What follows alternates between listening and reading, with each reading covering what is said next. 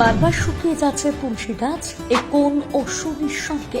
ঘনিয়ে আসছে না তো কোনো বিপদ? করুন একটা ছোট্ট কাজ, খরচ হবে মাত্র 2 টাকা। থমকে যাবে খারাপ সময়, মাত্র 2 টাকা খরচই হবে মুশকিল আসান। আমরা সবাই জানি হিন্দু ধর্মে তুলসী গাছের গুরুত্ব অপরিসীম, কারণ তুলসী গাছকে খুব শুভ বলে মনে করা হয়। প্রায় প্রতিটি হিন্দু বাড়িতেই তুলসী গাছ দেখতে পারেন। শুভ হওয়ার পাশাপাশি তুলসী গাছে রয়েছে বহু ঔষধি গুণ। সর্দি কাশি থেকে নানান ছোট বড় অসুখে ব্যবহার করা হয় তুলসী পাতা।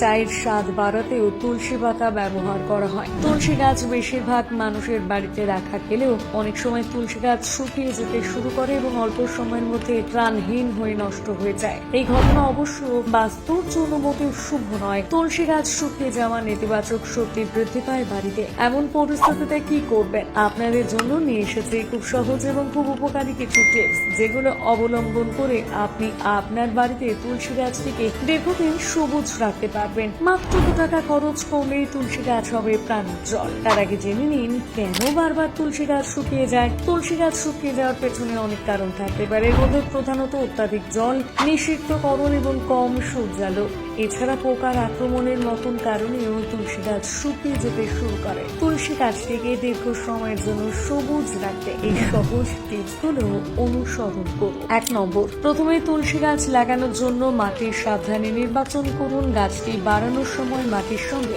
30% বালি মিশিয়ে নেবেন। 2 নম্বর, তুলসীর শিকড়ে ছত্রাকের ঝুঁকি অন্যান্য গাছের তুলনায় বেশি, তাই তুলসীতে জলের পরিমাণ সীমিত করুন। প্রতিদিন তুলসী গাছে সামান্য জল দিন। 3 নম্বর, অনেকেই এমন আছেন যারা তুলসী গাছে ভেজা গোবর সার দেন, যার কারণে গাছটি নষ্ট হয়ে যায়। গোবর সার গাছের জন্য ভালো, তবে তা শুকিয়ে গুঁড়ো করে গাছের গোড়ায় দেওয়া উচিত এবং তুলসী গাছের যোগ করা উচিত। 4 নম্বর, সবসময় একটি গভীর পাত্রে তুলসী গাছ বসান।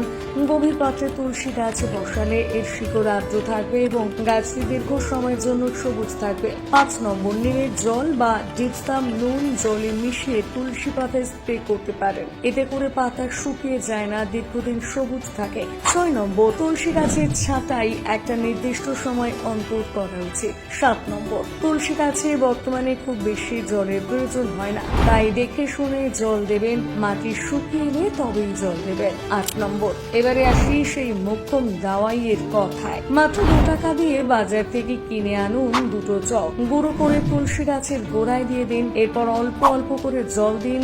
এটি গাছকে ক্যালসিয়াম সরবরাহ করবে। কয়েকদিন পর দেখবেন তুলসীতে প্রাণ ফিরে আসবে এবং সবুজ পাতায় ভরে উঠবে গাছ।